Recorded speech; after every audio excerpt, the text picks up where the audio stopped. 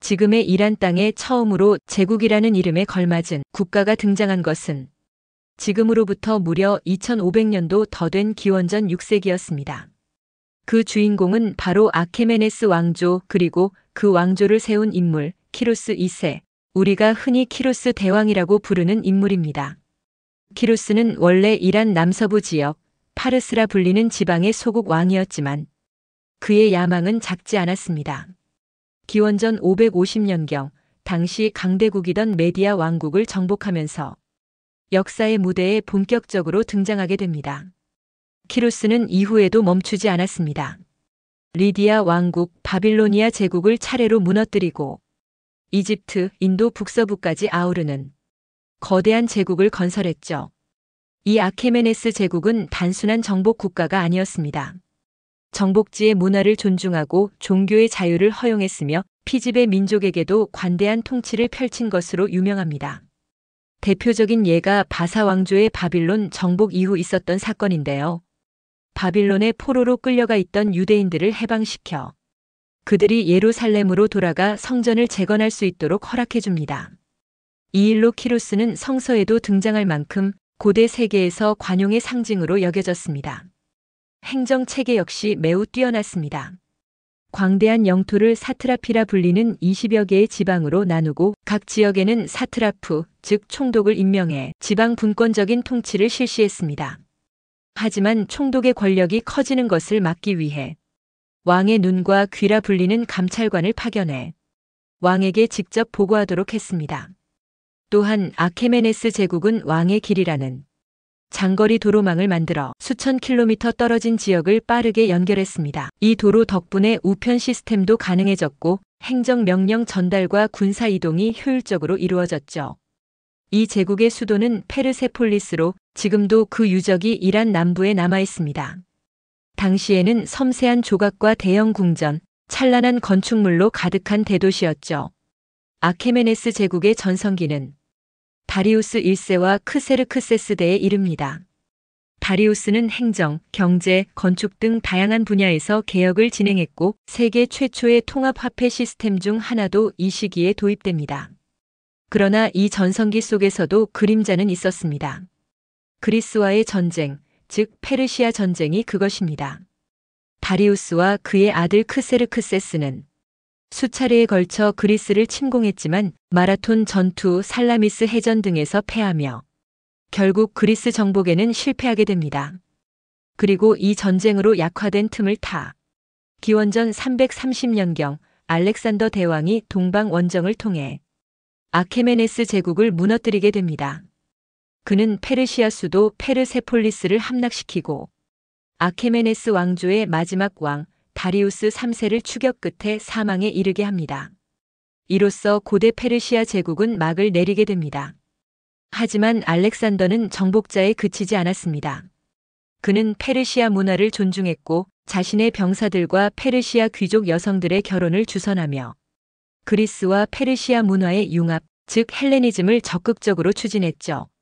하지만 그의 죽음 이후 제국은 4개로 분열되었고 이란 지역은 알렉산더의 부하가 세운 셀레우코스 왕조의 통치를 받게 됩니다. 이 시기에는 그리스 문명이 이란 곳곳에 전파되면서 페르시아 전통 문화와 그리스 문화가 섞이는 새로운 문명적 융합이 이루어졌습니다. 하지만 시간이 흐르면서 이 지역에는 다시금 이란 고유의 정체성을 되찾으려는 움직임이 일어납니다. 기원전 3세기 무렵 등장한 파르티아 왕조가 대표적인 예죠. 파르티아는 이란 북동부에서 일어난 이란계 유목 민족으로 셀레우코스의 세력을 몰아내고 이란 전역을 장악합니다. 그들은 스스로를 아케메네스 제국의 계승자라 여겼고 그리스식 통치보다는 페르시아 전통을 부활시키는 데 집중했죠. 그러나 파르티아는 중앙 집권보다는 귀족 연맹체에 가까운 구조였기 때문에 강력한 행정 체계를 갖추는 데는 한계가 있었습니다. 이런 가운데 또 하나의 이란계 왕조가 등장합니다. 바로 사산 왕조. 고대 이란의 마지막 위대한 제국입니다. 사산 제국은 224년에 아르다시르 1세가 세운 왕조로 파르티아를 몰아내고 중앙 집권적이고 강력한 통치 체계를 갖췄습니다. 이들은 다시 한번 조로아스터교를 국교로 삼고 이란 고유의 문화와 종교를 체계화하기 시작했죠. 조로아스터교는 선과 악, 빛과 어둠의 이원론을 바탕으로 한 종교로 국가 이념으로도 활용되며 사산 제국 전역에 퍼졌습니다. 성직자 계층도 강력한 권력을 행사하며 왕권을 뒷받침했죠. 사산 제국의 행정력은 매우 뛰어났고 예술과 건축, 금속공예, 직물 산업 등이 전성기를 누렸습니다. 대표적인 유적지인 타크의 보스탄의 암각화나 화려한 궁전 유적은 지금도 이들의 문화 수준을 잘 보여주고 있습니다. 사산 제국은 로마 제국 그리고 로마가 동서로 갈라진 뒤엔 비잔틴 제국과 수세기 동안 치열하게 경쟁하며 대립했습니다. 특히 3세기 후반부터 6세기까지 수차례에 걸쳐 국경에서 전쟁이 벌어졌고 때로는 로마 황제를 사로잡기도 할 만큼 강력한 군사력을 자랑했죠. 7세기 초 사산 제국은 오랜 전쟁과 내분으로 쇠약해졌고 이 시기를 틈타 등장한 새로운 세력이 있었으니 바로 이슬람 세력이었습니다. 무함마드 사후 급속도로 팽창한 이슬람 군대는 632년부터 본격적으로 사산 제국을 공격했고 카디시아 전투 636년, 나하완드 전투 642년에서 결정적인 패배를 당한 뒤 651년 마지막 왕 야즈데게르드 3세가 살해되면서 1000년 넘게 이어져 온 고대 페르시아 제국의 시대는 막을 내리게 됩니다. 그리고 이란 땅은 새로운 세계, 이슬람 제국의 품으로 들어가게 되죠. 초기 이슬람의 팽창은 그야말로 폭발적이었습니다. 무함마드 사후 등장한 정통 칼리프 시대, 그리고 우마이야 왕조는 불과 수십 년 만에 중동, 이집트, 북아프리카 그리고 이란까지 광대한 지역을 정복하게 됩니다. 이슬람군은 사산 제국의 피폐한 상태를 이용해 단기간에 이란 대부분을 장악했고 이란 지역은 곧 이슬람 제국의 동부 중심지가 되죠. 이슬람이 들어오면서 가장 큰 변화는 당연히 종교와 언어 그리고 정치 체계였습니다. 조로아스터교는 국교의 지위를 잃고 점차 주변으로 밀려났으며 대부분의 이란인들은 수세기에 걸쳐 이슬람으로 개종하게 됩니다. 여기서 흥미로운 점이 하나 있습니다. 이란은 단순히 정복당한 지역이 아니라 곧 이슬람 문명의 주역이자 중심지가 되어버린다는 것입니다. 비록 정치적 패권은 아랍계 칼리프가 쥐고 있었지만 문화, 학문, 행정, 예술 분야에서는 페르시아계 지식인과 관료들이 중심 역할을 하게 됩니다. 대표적인 예가 바로 바그다드입니다. 8세기 아바스 왕조가 건설한 이슬람 제국의 수도이자 세계 문명의 중심이었던 이 도시의 행정구조, 문학, 학문 체계는 바로 페르시아 전통에 기반한 것이 많았습니다. 이 시기 페르시아어는 학문과 문학의 언어로 자리 잡았고 수많은 위대한 인물들이 등장합니다. 예를 들어 이븐 시나 아비센나는 의학과 철학에서 혁명적인 업적을 남겼고 알키나니, 알파라비, 알가잘리 등 페르시아 출신 사상가들은 이슬람 신학과 철학을 체계화하는 데 큰 기여를 했죠. 또한 이 시기에는 페르시아 문학이 전성기를 맞습니다. 대표적으로 피르다우시의 샤나메왕의 선은 이란의 고대 신화와 역사를 서사시로 집대성한 걸작이며 이슬람화된 사회 속에서도 이란 고유의 정신을 이어가려는 시도로 평가받습니다. 페르시아의 시인들 예를 들어 루미, 하페즈, 오마르 하이암 등은 신비주의 사랑, 운명, 인생에 대한 깊은 통찰을 시로 표현하며 오늘날까지도 세계적으로 사랑받고 있습니다. 이란은 또 한 가지 중요한 특징을 지니게 되는데 바로 시아파 이슬람의 성장입니다. 초기 이슬람 제국은 대부분 수니파가 주류였지만 이란 지역에서는 시아파에 대한 지지가 점차 강해졌고 이후 사파비 왕조 시절에 이르러 국교로 자리 잡게 됩니다. 그 기반은 이 시기에 이미 마련되고 있었던 것이죠. 또한 이 시기 이란에는 여러 지방 왕조들이 생겨납니다. 이들은 아바스 칼리프의 이름을 받들면서도 실제로는 독립적인 통치자로서 행세했죠. 예를 들어 사만 왕조, 부유 왕조, 잘리르 왕조 등이 대표적입니다. 이들은 대부분 페르시아 문화를 적극적으로 부흥시키며 아랍 중심의 이슬람 세계 속에서 이란의 정체성을 지켜나갔습니다. 하지만 11세기부터는 중앙아시아에서 들어온 튀르크계 세력들이 등장합니다. 대표적인 튀르크계 왕조인 셀주크 제국은 이란 지역을 장악하고 이슬람 세계의 새로운 패권자가 되죠. 이들은 순위파를 옹호하며 아바스 칼리프를 보호하는 역할을 했지만 행정과 문화 측면에서는 여전히 페르시아인 관료와 지식인들의 손을 빌렸습니다.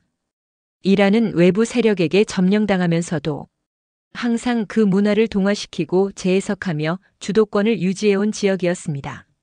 13세기 초 이란 역사에 커다란 충격을 안긴 거대한 세력이 등장합니다. 바로 몽골 제국 그리고 그 지도자 칭기즈 칸입니다. 몽골군은 1219년부터 중앙아시아를 넘어 이란 지역으로 진입합니다. 당시 이슬람 세계의 강국이었던 호라즘 왕조는 몽골의 가공할 군사력 앞에 순식간에 붕괴되었고 이란 전역은 불과 몇 년 사이에 피와 불로 물들게 됩니다. 몽골의 침입은 단순한 정복이 아니라 문명의 파괴였습니다. 수도 니샤푸르, 헤라트, 레이, 바그다드 같은 문명 도시들이 완전히 파괴되었고 수십만 명의 민간인이 학살되었죠. 이로 인해 이란의 인구와 경제, 문화는 엄청난 타격을 입게 됩니다. 하지만 시간이 지나면서 몽골의 후손들은 점차 현지 문화를 받아들이기 시작합니다. 칭기즈 칸의 손자인 훌라구 칸은 1256년 이란에 일칸국 일카나트를 세우고 페르시아식 행정과 문화를 적극적으로 도입합니다. 일칸국은 특히 가장칸 통치기에 이슬람으로 개종하며 이슬람 문화와 몽골 정치 체계가 융합되는 독특한 형태의 국가가 됩니다.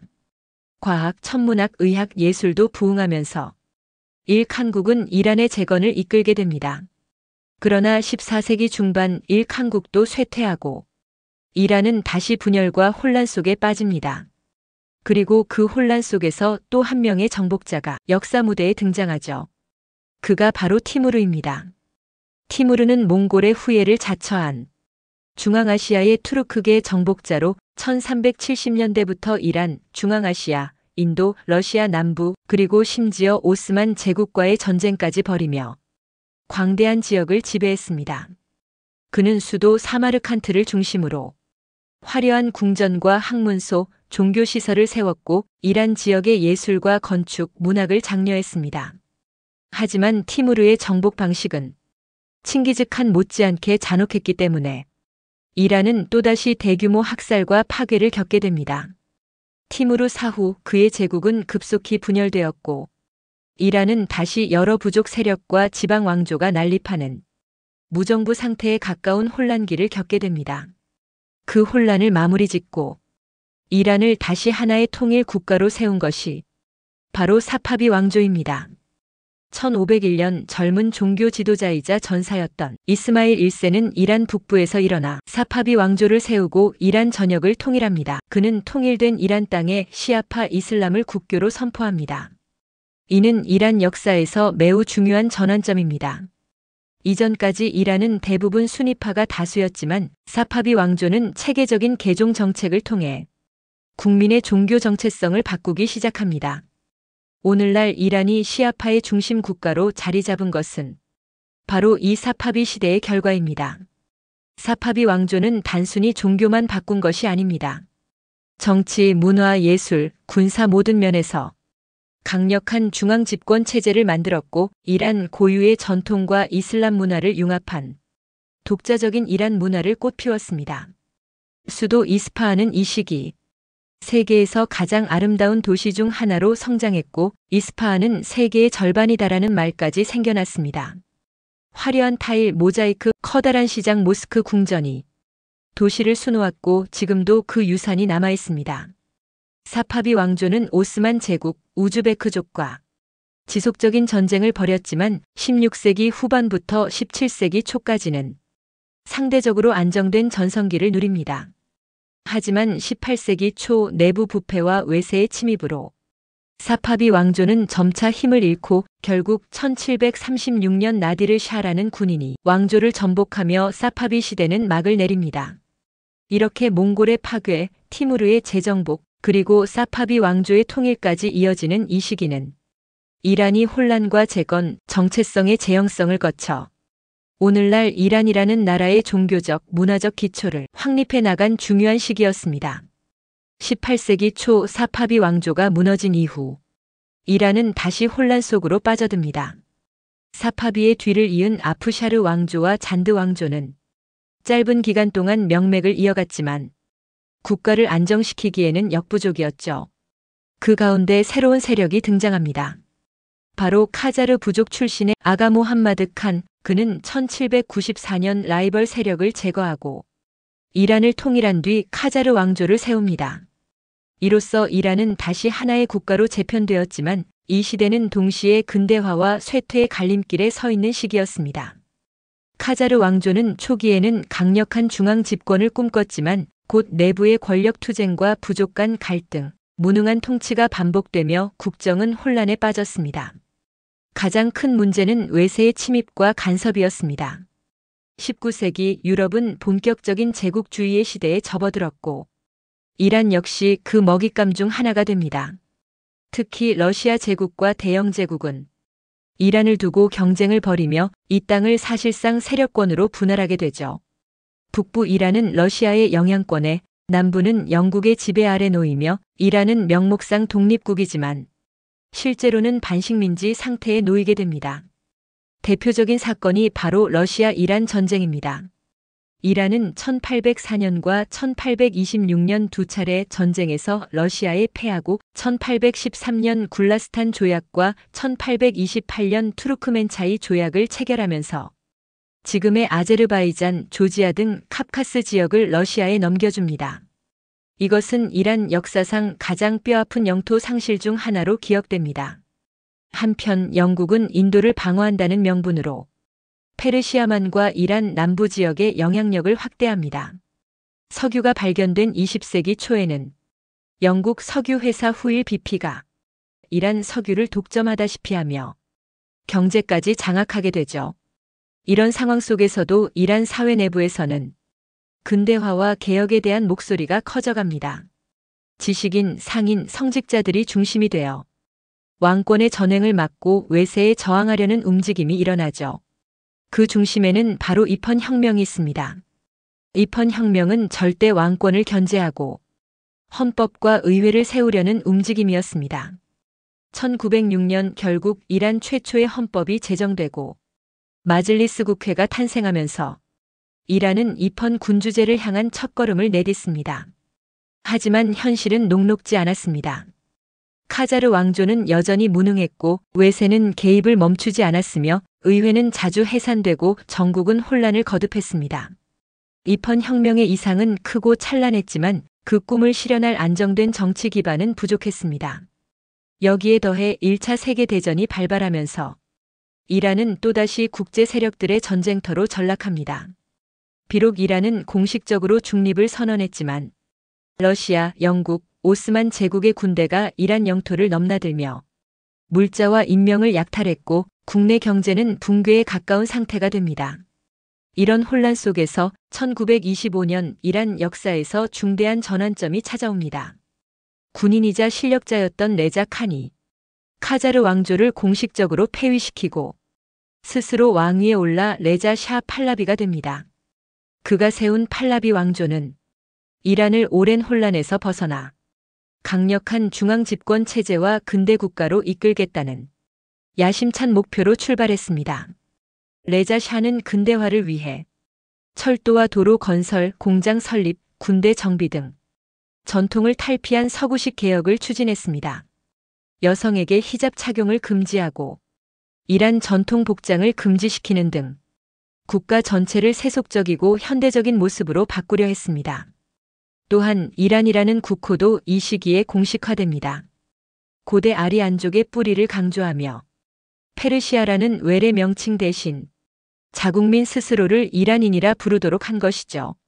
하지만 이 같은 급진적인 근대화는 종교계와 전통적 농민층, 보수 세력의 거센 반발을 낳았고 정치적 탄압도 심해지면서 내부 불만이 서서히 쌓이기 시작합니다.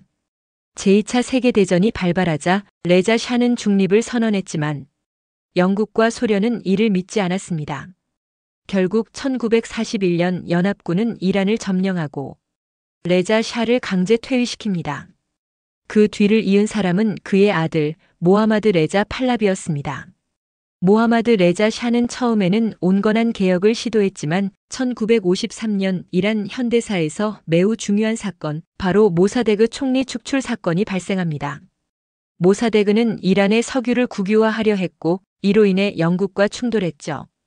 결국 미국 CIA와 영국 정보부는 이란에서 쿠데타를 일으켜 모사데그를 실각시키고 샤의 권력을 강화시킵니다. 이 사건은 이란 국민들에게 외세에 의해 조종당한 굴욕의 역사로 각인되었고 샤 정권에 대한 불신을 키우는 계기가 됩니다. 그럼에도 불구하고 샤는 백색 혁명이라는 대대적인 근대화 프로젝트를 진행합니다.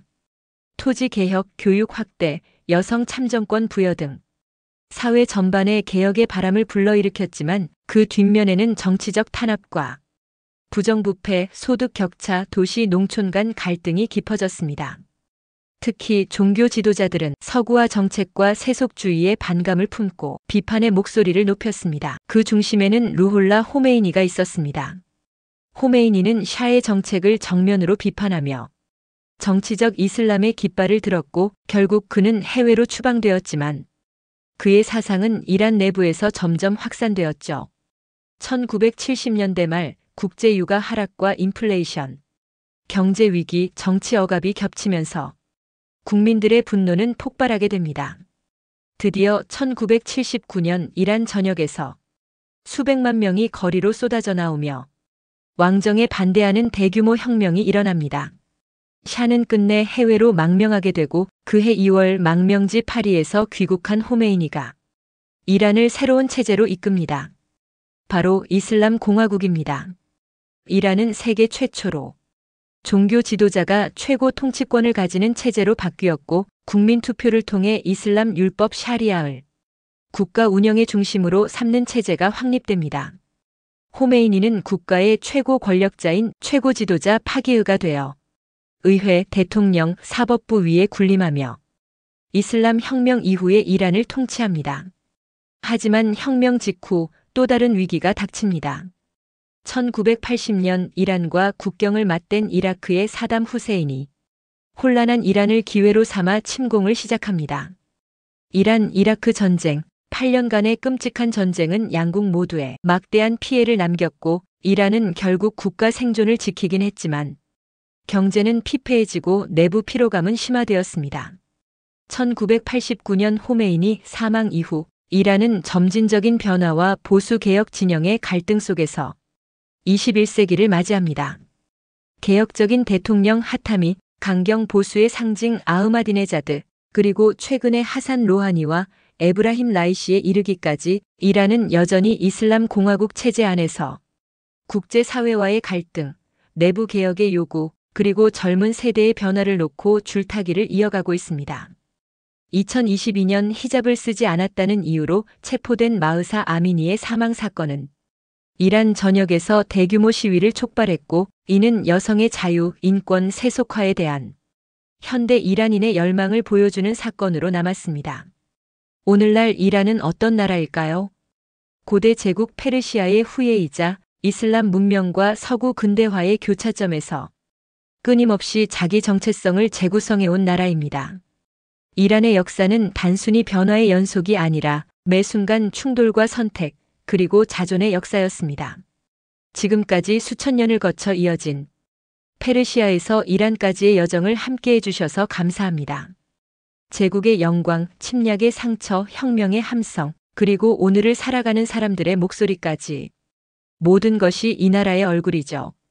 히스터리 러버 채널은 앞으로도 세계사와 한국사의 궁금한 이야기들을 쉽고 깊이 있게 전해드릴게요. 좋아요와 구독, 그리고 알림 설정까지 잊지 마시고요.